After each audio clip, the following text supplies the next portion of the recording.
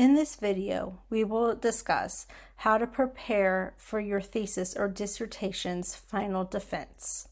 The objectives of this lesson are for you to identify the forms you have to complete prior to your defense, and then to identify the content you must discuss in your presentation. Let's first discuss how to prepare for your defense. It's important to just seek advice from your committee chair on dates and times to consider when scheduling your defense. It's a really good practice just to send an email notice to your committee members that includes a link to a doodle poll that has several times and dates to conduct the defense.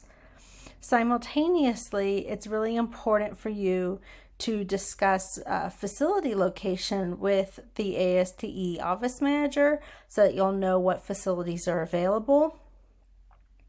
We frequently will use the ASTE conference room, but you could host a defense in the AGRS building.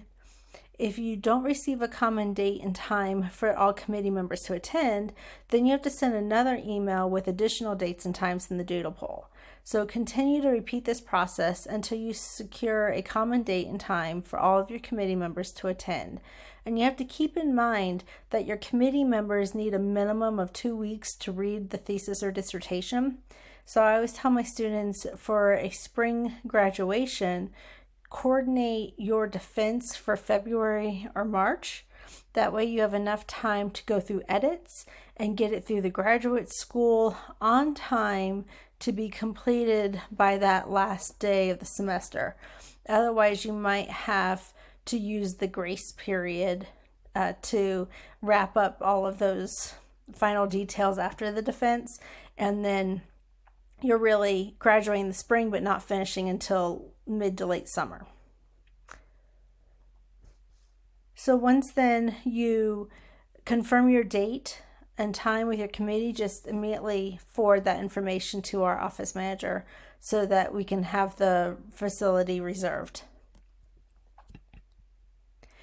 The appointment examination form has to be completed by you in USG ServiceNow and then submitted to the graduate school to officially schedule your defense. And we suggest submitting it no less than 10 working days before defense. Sometimes you can get away with 10 days. I just don't like to take the chance, because if you're late, then the defense date you've coordinated with your faculty cannot occur. This form is then routed for signatures, and it's just really important that it's signed. Your content for your final defense builds off of your final dissertation or final thesis. And you want to have a completed document, so take the time to check that you have all of the necessary content that your committee should review. This includes your front matter, like the copyright notice, the abstract, the public abstract, acknowledgments, dedication, table of contents, list of tables and figures, chapters of your thesis or dissertation, references, appendices, and then for a dissertation, you have to include a vita. Have your entire thesis or dissertation in a Word file with all of your front matter, chapters, references, and appendices delivered to your committee members 2 weeks before your defense date. So you'll typically attach the thesis or the dissertation in an email as a Word file with all the details about the defense. It is to your committee's work location for your facilities, the easier it is for your committee to make arrangements to attend your defense. Can just consider locations that are really conducive for other faculty on your committee to attend. Your equipment needed for a defense is usually a laptop or desktop computer and an LCD projector. And again, checking the setup of the room and the facilities can answer questions like, do I need to bring an extension cord? Does the facility have a laptop computer and an LCD projector? Do I need to be shown how to operate the equipment? Where will I stand in the room while delivering the presentation? Can I use a clicker to advance my slides so I'm not standing behind a podium or a computer?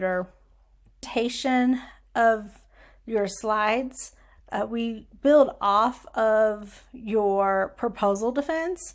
So you're going to have your title and an introduction, your literature review, and your methodology. All of these have been shrunk down in size for the number of slides that you need. So you'll just go and re-edit that content, only including the most important details. Then the focus really becomes on adding the new content, which would be your findings. 4 to 6 slides is a recommendation. And then discussions and implications and recommendations, which is about 4 to 5 slides. And then your last slide, which would be your thank you.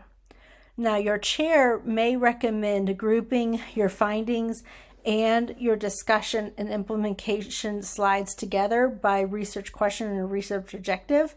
So for example, when you're talking about objective or research question 1 with your findings, then you're going to include the discussion and the implications on that objective or question in just consecutive slides to keep it all organized so you're not jumping around and having your reader like learn all about your findings and then jumping to all the discussions about those findings after they're several slides away. Is usually starts with your chair asking you to present your study.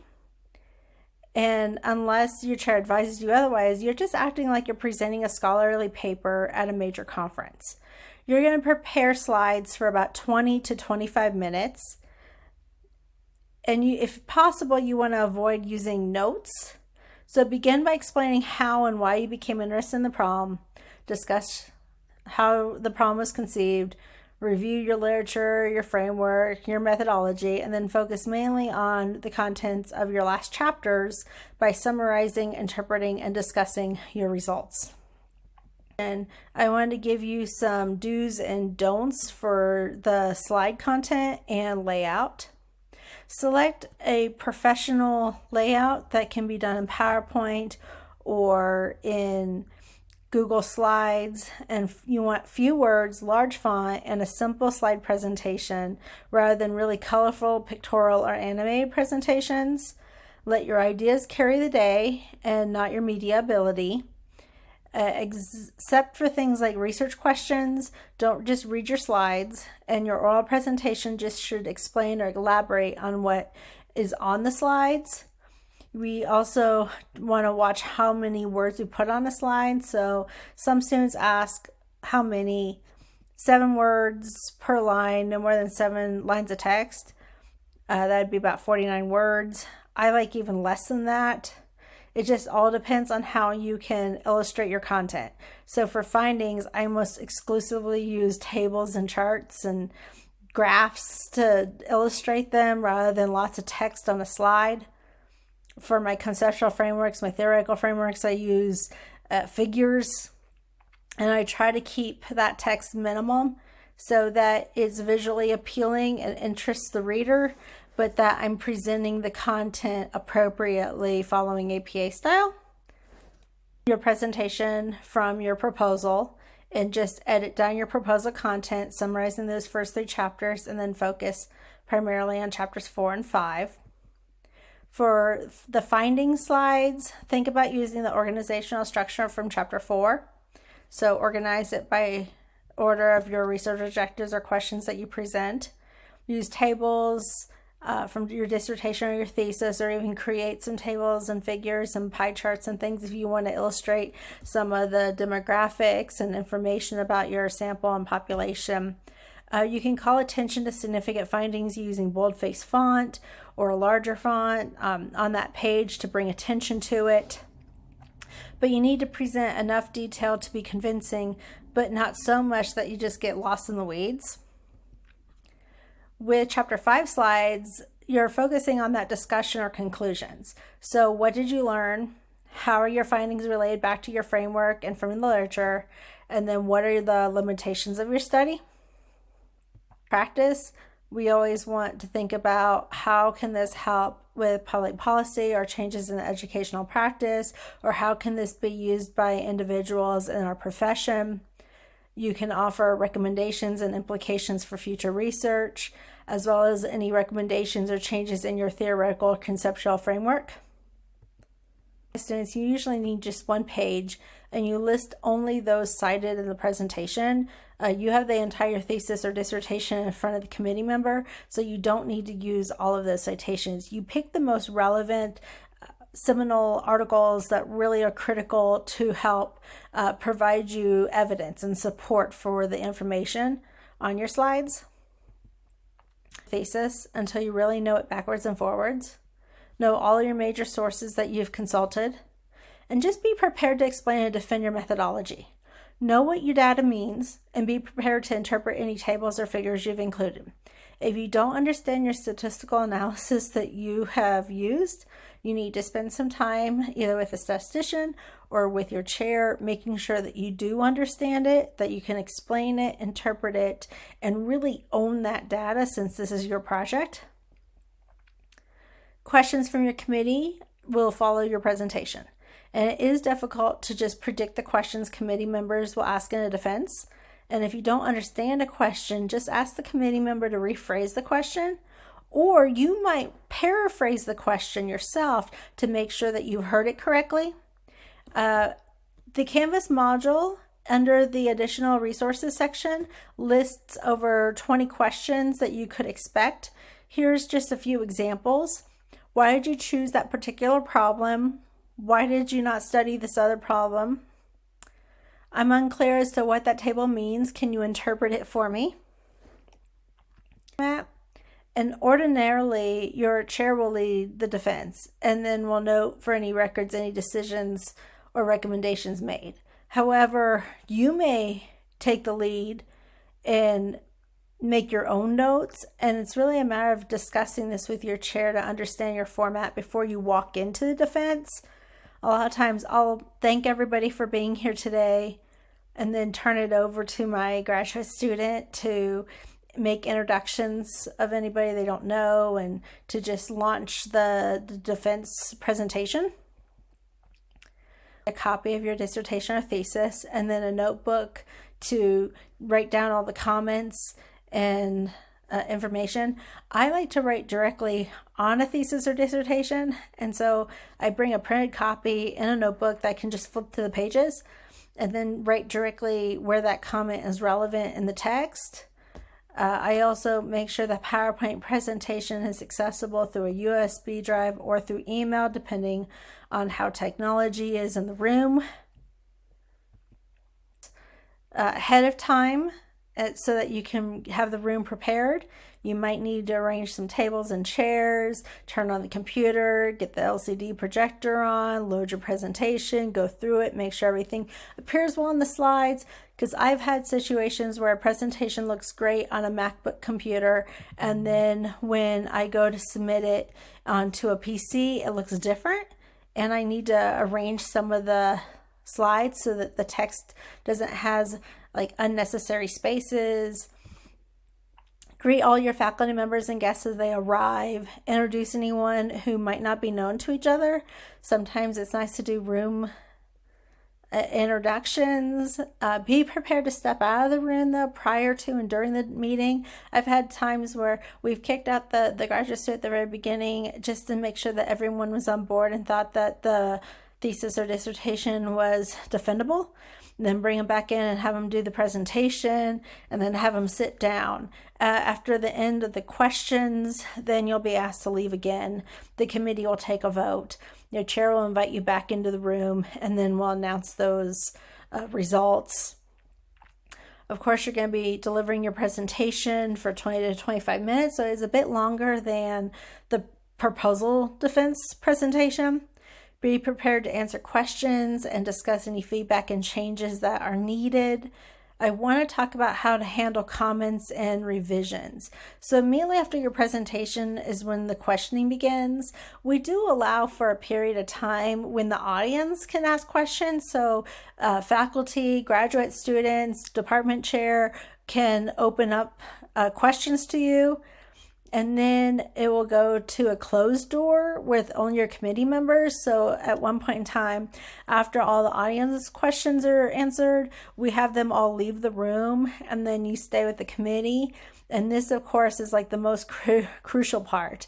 You'll want to be able to respond in a way that suggests that you're prepared to enter a community of scholars. You're going to be informed, articulate, and suitably humble in the presence of your faculty, but quietly confident. You don't want to be cocky. You want to listen closely to each question, and if you're unsure about what's asked, either paraphrase it or ask for clarification. And when you respond, avoid certain common errors that students typically make, common mistakes, and the tips I have for avoiding them. Make sure that you really truly understand your research problem, your literature review, your research design, your data collection, and your data analysis. Be prepared to answer any question on how your data is collected and interpreted and reported and used for recommendations and your thesis or dissertation. Do not pressure them when they do not feel that your thesis or dissertation is going to be passable. Use that time to learn how to correctly write and edit and review the content and answer all of their questions and concerns and grow from that experience. I've seen too many graduate students try to rush through to a defense, and then they end up having a lot of corrections at the end, even if they pass. You want to look like you have everything together. So package your entire thesis or dissertation, including all your front matter, your abstract, your public abstract, all your references, all your appendices correctly, following the USU publication guide and the APA guide. When we see lots of proofreading mistakes and a lack of APA style, that's a red flag, because then it's like, well, what else is wrong? Could the statistics be wrong? Could the information be sloppily put together? This is an impression of how you are as a researcher. So take the packaging of your document seriously. And then for final oral defenses in our ASTE department, they are open to the public. Dr. Deb Spielmaker sends out an announcement inviting you to those defenses. I encourage you to attend so that you know how they're conducted. You can encourage your peers through the process of the presentation. You can ask questions about that research. And then most often, what I like so much is that you just learn what others are doing, and then you can take away things that you really liked about that presentation and things that you would do differently. And that just helps you be better prepared for presenting your own research. After your presentation, there are a few things that you need to do, which we're now going to discuss. Immediately following your defense, you should take some time to just meet with your chair to debrief on the defense. And the debriefing should include what specifically went well, what would you have done differently during the presentation.